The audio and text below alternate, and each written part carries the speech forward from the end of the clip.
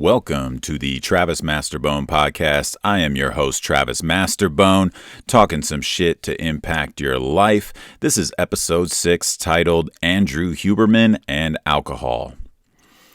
Andrew Huberman. He has really blown up into a household name lately, more specifically in the science field. If you're a nerd and like to geek out on him, I highly recommend it. He's an American podcaster, neuroscientist, associate professor of neurobiology at Stanford University, and a partner of the sports and nutrition company Momentous. And he's best known for his podcast, the Huberman Lab Podcast. And this is very recent. He started it in 2021. And once again, he has just blown up millions and millions of views. And the topic today, and why I'm even bringing him up, is I stumbled upon him. My background is kinesiology, which is science, and I have practiced in personal training, exercise therapy, strength and conditioning for about 10 to 12 years now, and I never really gave him quite a shot over the last few years, but stumbled upon a video, and it's funny how the world works sometimes when, you might be struggling or coming across a certain situation in your life, and then something just happens to bounce into your feed across YouTube, and I stumbled upon his 2-hour episode regarding alcohol. A lot of science behind the effects and impacts from a physiological and biological level of alcohol on our body and the brain. And I'm at a point in my life where, as I get older, I am 33 now, turning 34 in basically a month and a half. And I'm really starting to question and contemplate alcohol and its existence in my life altogether. I've cut back tremendously. I think this is probably a natural path for a lot of people as they get older. But man, has it really taken a toll on me recently in very interesting ways. And so his episode basically influenced me to kind of dive deeper into the subject of alcohol. And as I rant about my perspectives on it, at the end, I wanted to just drop a little bit of knowledge that he pointed out in his episode, little factoids, really highlighting the damage that alcohol does on us. And I saw some clips, and someone mentioned that it's mass insanity, how we can consume a poison and it's A-OK. It's one hell of a drug to be legal. And we all know about the bootlegging when it wasn't. But for the most part, it is pretty interesting all around, psychologically, physiologically, socially. And I wanted to dive into it a little bit. It's really played a role in my life for a while. And so let's start with that. When did it start? I started drinking in high school. That was the first time I really drank it and got drunk. It was my sophomore year. And I 100% blame peer pressure. If kids around me at that time in high school weren't drinking, I have a funny feeling I wouldn't be drinking. My dad gave me a sip of beer when I was younger, and I remember it being absolutely disgusting. But I remember getting drunk that night. I even remember all the individuals there. It was just a fun fucking time. I'm not going to lie, it was fun. And as time went on, I've always been an athlete, and I've always cared about my health. And I've always kind of looked at myself not through this alcoholic lens. And when I say that, I mean, when I think of an alcoholic, I think like you need to have a drink to function. And that wasn't me. It was more so I'll only drink if other people are drinking, and it was here and there during social events, parties, and that carried on into college. But during my athletic career in basketball, it was easy for me to put the brakes on it and really focus on me and becoming a better player and getting to college, from junior college to Division II. But it always was there. It always played a role. But recently it started getting worse. Once I started getting into the real world, I was a server It was always there at the end of my shift. It was always around. I was serving it. I wasn't a bartender, but for the most part, it always was around. And then as I get older, my body does not want to deal with it. That's for damn sure. And I have been noticing it much more since I moved out here into Arizona 3 years ago. So I would say around 28, 29 years old, I did a trip to Hawaii and I was hung over like no other. But I do what I always do, hair of the dog, drink some beers, that subsides. Bingo. We were set up to go onto a catamaran, and it was the worst seasickness I've ever had in my life. I wouldn't wish it on my worst enemy. But ever since then, anxiety attacks became a bit more prevalent, even when I wasn't drinking. When I drank, my hangovers became a bit more severe, headaches, anxiety. Huberman talks about that in his episode and a lot of ways to remedy hangovers and the dangers of the hair of the dog method and the science behind why it works, quote unquote works, to make you feel better. But overall, I've just noticed, especially since being out here in Arizona, I have found myself in the alcoholic category of doing it once or twice a weekend, or I wait a couple weeks or 3 weeks, and then I really go and binge drink like I'm still in high school. And I think this is a problem. And I'm really combating it and working on it. I have definitely dropped my drinking tremendously. And I went a good month without it at all and felt great. But then a couple weekends ago, I relapsed, I guess, and just did some really obnoxious, stupid things. And I've noticed the decision making has been a lot worse as well. And I know it has impacted people around me. So I'm trying to learn how to have it in my life, but in somewhat of a healthy manner, to not go overboard. And in no way, shape, or form am I doing this episode to be a prude or put myself on some pedestal or judge people who do love to drink. Huberman does this as well in his podcast, which is a big reason why I think he's blowing up as much as he does, as much as he has, because he does take this neutral stance, a really unbiased look at research, and he's very clear and concise about interpreting it and delivering it to his audience. And I think he does a marvelous job when it comes to this topic of alcohol. And he does mention, like, hey, if you do drink like once a month or once every 2 months here and there, there's really not much evidence that it's detrimental to your health. But he does highlight that this is a poison. We can't forget that. And trust me, recently, I have been discovering how much of a poison it is. Like, I feel it everywhere.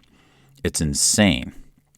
And so my recent endeavors, I tell you, it's really opened my eyes and made me think a little bit more about how much alcohol has impacted my life. And granted, there are some justifications, and people can debate me on this all they want. Social settings, whether it's business meetings, golfing, people that I associate with and do business with that like to drink, sometimes you want to mirror them psychologically to make it a bit more comfortable. Bond, connect, you're on the same playing field, the same level of buzz, inebriation. And so I think it has really brought a lot of people into my life, just being a little bit more open and socializing. And it's definitely a good time, no doubt. But I've reached a point in my life where I feel like I gotta be a little bit more cautious about how much and how overboard I can take it. And I think a lot of people have that struggle, especially when they start to hit their 30s and their 40s. The realities kick in. You're not the same dude or chick in your 20s or even high school. And when I get into the fun facts at the end, we'll dive a little bit deeper into the science aspect of it. But for the most part, there are some benefits to that, which I just rattled off there. But the negatives, I also said, the hangovers are way worse. My decision making has been way worse. My impact on others has been way worse. And so I think it's very important to really subside this. It really does bring a different person out of you. And there's really no other way to pinpoint it. I mean, a lot of people say like, oh, the truth comes out when you drink. And to an extent, yes. But when I go into the science in just a second, I don't know if I agree with that fully. Maybe a part of you comes out, but I don't know if it's necessarily the truth. I think there's an amplified version of a part of you that comes out. And in no way, shape, or form do I think that categorizes as you. But the more you do it, the worse it becomes. Especially if you become reliant on it, like you cannot function without it on a daily basis. And that's the most dangerous of all. And so Mr. Huberman, just some fun facts and pullaways. I will link the podcast in my description, and you can take a listen. It's 2 hours long, a little geeky. And once you kind of get into the science and he breaks it down and simplifies it, it's kind of like, well, that makes sense. That makes sense. We're all aware. That's the conundrum here. We're all aware that it's a poison, but he gets into the nitty gritty and the details of it with research-backed evidence, right? And that's why I think he's blown up as much as he has. And so the first one that is probably the most obvious but interesting to me is that the structure of alcohol is both water and fat soluble. It passes through all the cells of our body, contrary to a substance coming in and linking to receptors on the outsides of the cell, and then it cascades inward, creating events downstream. Alcohol just goes right through. It impacts anything to everything in our body when it comes to our organs and our organ systems. And so Huberman talks about ingesting ethanol, aka alcohol. It's broken down in the liver. Most people know this, but they probably don't know that it's broken down into acetaldehyde. And this is basically a poison. This is the poison that we all know about. And it indiscriminately damages and kills all cells. So essentially it's a poison converted into a worse poison, leading to inebriation, aka getting fucked up. So we have to keep in mind of this aspect of alcohol being water fat soluble, especially when it comes to our brain. Our blood-brain barrier is a strict barrier when it comes to substances in our body passing in and out through the cells. But alcohol doesn't give a shit. It passes right through. And I think this is the main takeaway for me, is how much it really does affect our brain, the central nervous system, slowing down excitatory signals, speeds up inhibitory signals, and suppresses neurons in the prefrontal cortex. And the prefrontal cortex is just the area of your neocortex, which involves thinking, planning, and it's also the area of the brain that suppresses impulsive behavior. So, of course, drinking diminishes all of that. Your thinking and planning, bye-bye, and suppresses, or your brain, this part of the brain that suppresses impulsive behavior, well, guess what? Drinking diminishes that, leading to impulsive behavior. And so one of the things that he highlights that I've noticed even within myself during all these stumblings and issues with drinking personally, he talks about the neurons and the circuitry getting damaged. And I already talked about this briefly.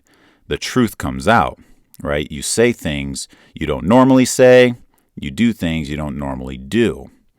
And this is all the damaging effects of alcohol. And what's interesting is that this will also translate into when you're sober.